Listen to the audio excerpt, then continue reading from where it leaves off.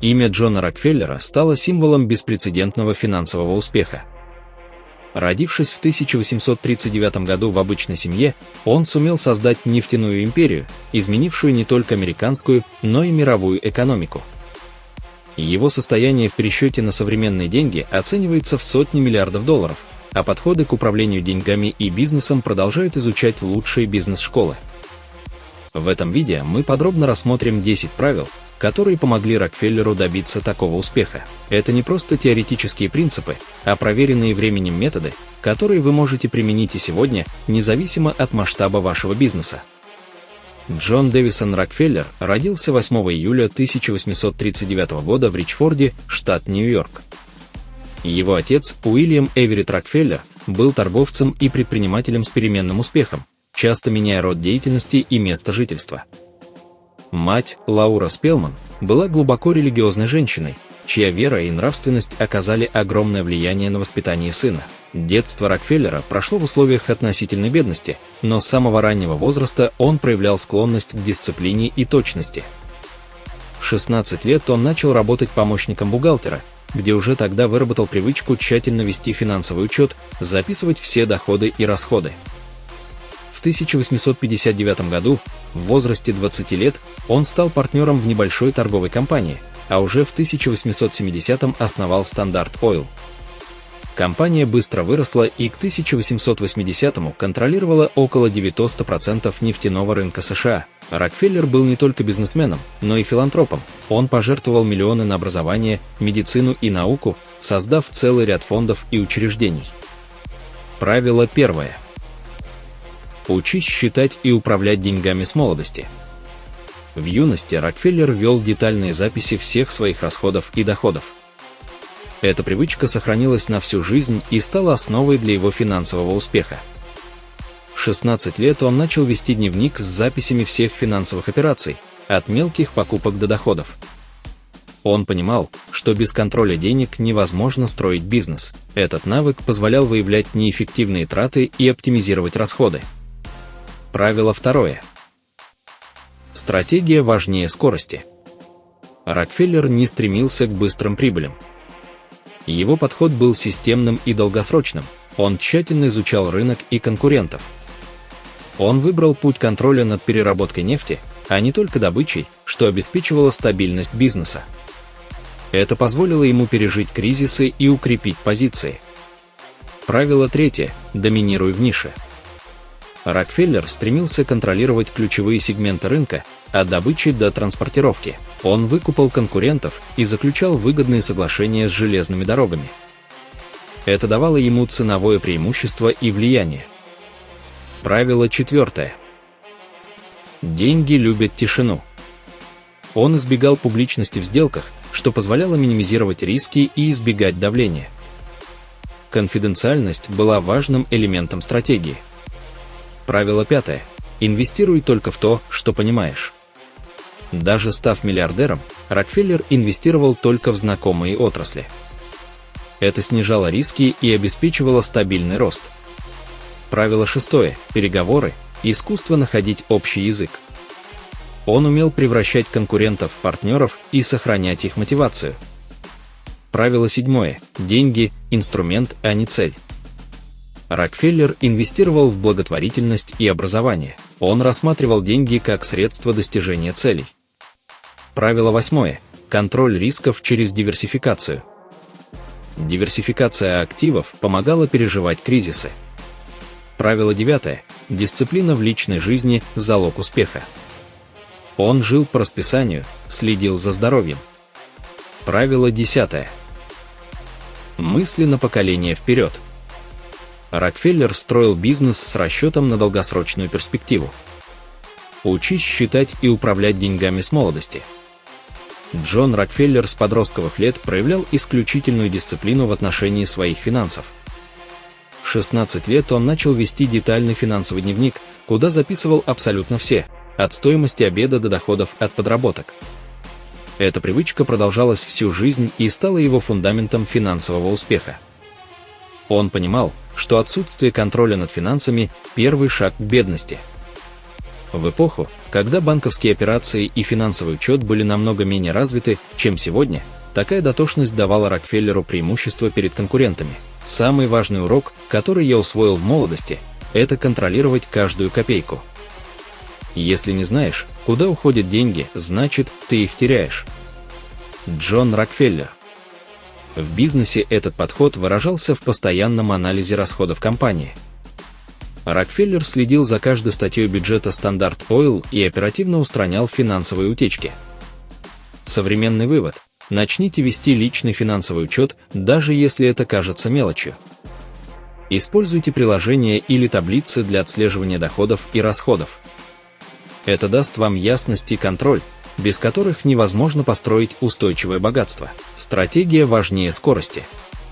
В отличие от многих предпринимателей своего времени, которые гнались за быстрой прибылью, Рокфеллер вырабатывал долгосрочную стратегию. Он тратил месяцы и годы на изучение рынка, анализ конкурентов и выстраивание цепочек поставок. Когда многие бросались в добычу нефти, он сконцентрировался на переработке и транспортировке, тех сегментах, которые приносили стабильный доход и позволяли контролировать рынок. Быстрые деньги быстро уходят. Настоящее богатство строится терпением и стратегией. Джон Рокфеллер.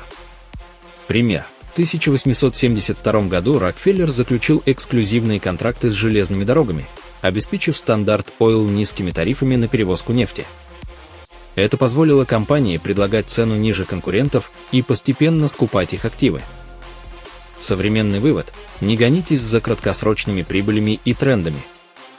Сосредоточьтесь на стратегии и устойчивом развитии, которые позволят вашему бизнесу или личным финансам выдержать любые кризисы. Доминируй в нише. Рокфеллер не просто участвовал в нефтяном бизнесе, он стремился контролировать всю цепочку создания стоимости, от добычи нефти до ее переработки, хранения и транспортировки. Он активно скупал конкурентов, создавая монополию, что давало ему ценовое преимущество и рычаги влияния.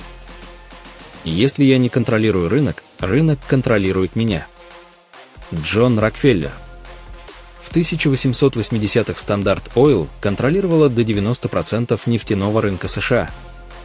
Пример. После установления контроля над переработкой нефти, Рокфеллер добился снижения транспортных тарифов на перевозку нефти с железными дорогами, заставляя их предоставлять лучшие условия только Standard Oil. Современный вывод: в малом бизнесе доминирование может означать лидерство в узкой нише или контролирование ключевого канала сбыта. Постоянно расширяйте свое влияние и снижайте зависимость от внешних факторов. Деньги любят тишину. Рокфеллер избегал публичности, особенно в делах. Он не афишировал планы и сделки до их полного завершения, что позволяло избежать конкуренции и спекуляций. Успех любит тишину. Шум создают те, кому нечего показать. Рокфеллер. Это позволило ему проводить крупные сделки практически незаметно для конкурентов. Пример. Когда Standard Oil скупала компании, пресса часто узнавали об этом уже после завершения сделки, что снижало риски и спекуляции на рынке. Современный вывод: в бизнесе и финансах стоит сохранять конфиденциальность в вопросах стратегии и инвестиций до момента их реализации. Это снижает риски и дает конкурентное преимущество. Инвестируй только в то, что понимаешь.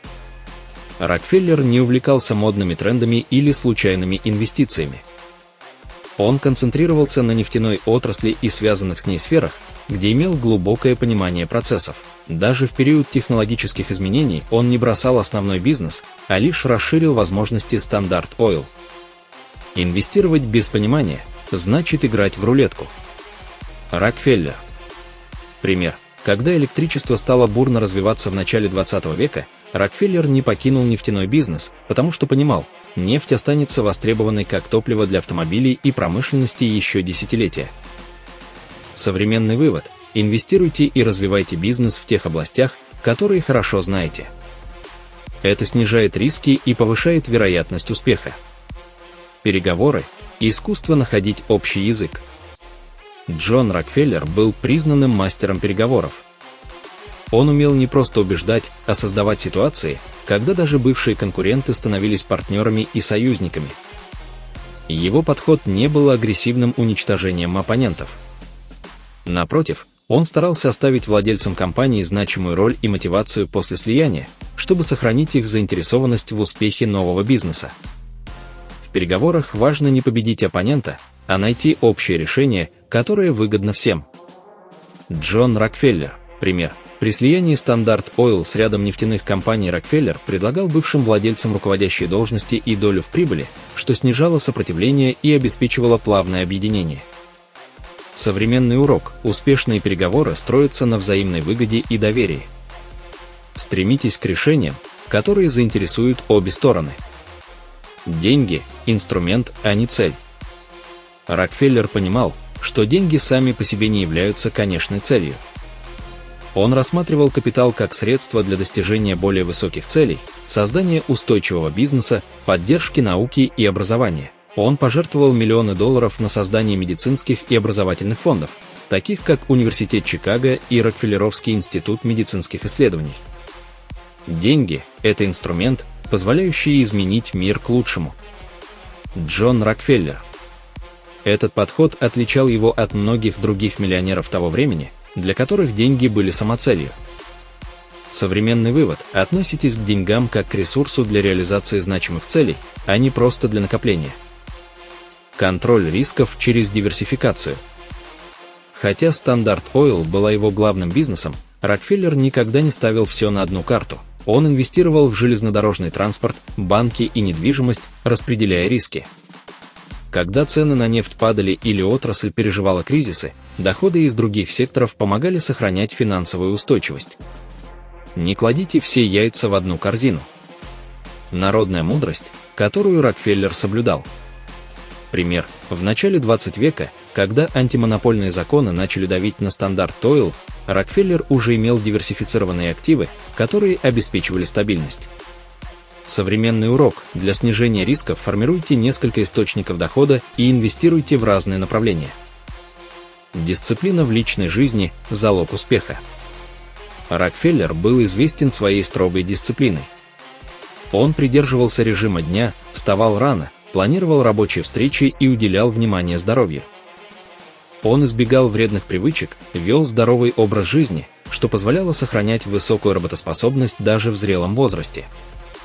Ваше тело – главный актив. Без здоровья деньги теряют смысл. Рокфеллер. Пример. В 80 лет он ежедневно совершал длительные прогулки, продолжал активно участвовать в делах и не снижал темп работы. Современный вывод: инвестируйте в свое здоровье и режим – это база для любых достижений. Мысли на поколение вперед. Рокфеллер строил бизнес с расчетом на десятилетия. Он создавал структуры, которые должны были работать и после его ухода. Он уделял внимание не только прибыли, но и наследию, формируя семейные фонды и институты. Настоящее богатство – это не сколько ты зарабатываешь, а что остается после тебя. Джон Рокфеллер. Пример. Standard Oil была организована так, чтобы приносить прибыль поколениями, а созданные им благотворительные фонды существуют и по сей день. Современный урок: стройте бизнес и финансы с перспективой на долгосрочную устойчивость и передачу наследия. Джон Рокфеллер – не просто бизнесмен прошлого. Это источник знаний и принципов, которые работают и сегодня. Его 10 правил – это не набор теорий, а практическая методика создания и удержания богатства. Применяйте их последовательно, адаптируя под свои цели и обстоятельства, и вы сможете строить устойчивое финансовое будущее.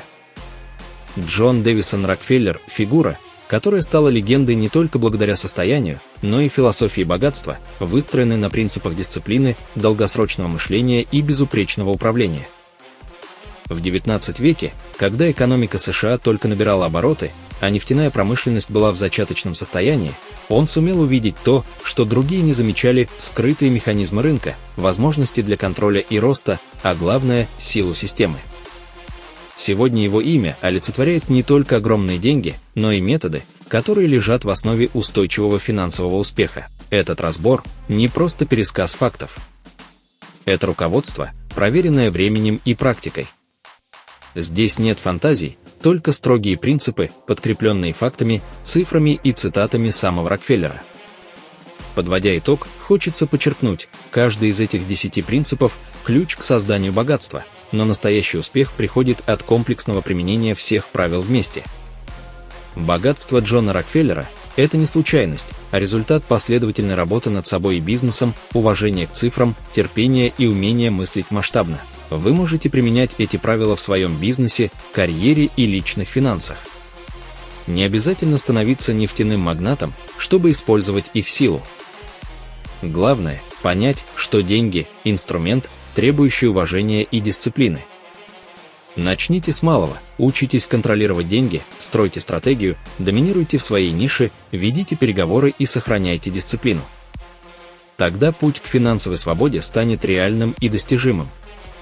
Подпишитесь на канал Код Денег, чтобы не пропустить следующие разборы великих финансовых стратегий и истории успеха. Оставляйте комментарии, какой из принципов Рокфеллера вы считаете самым важным для себя. Помните, богатство – это система, и ваша задача – построить ее на прочном фундаменте.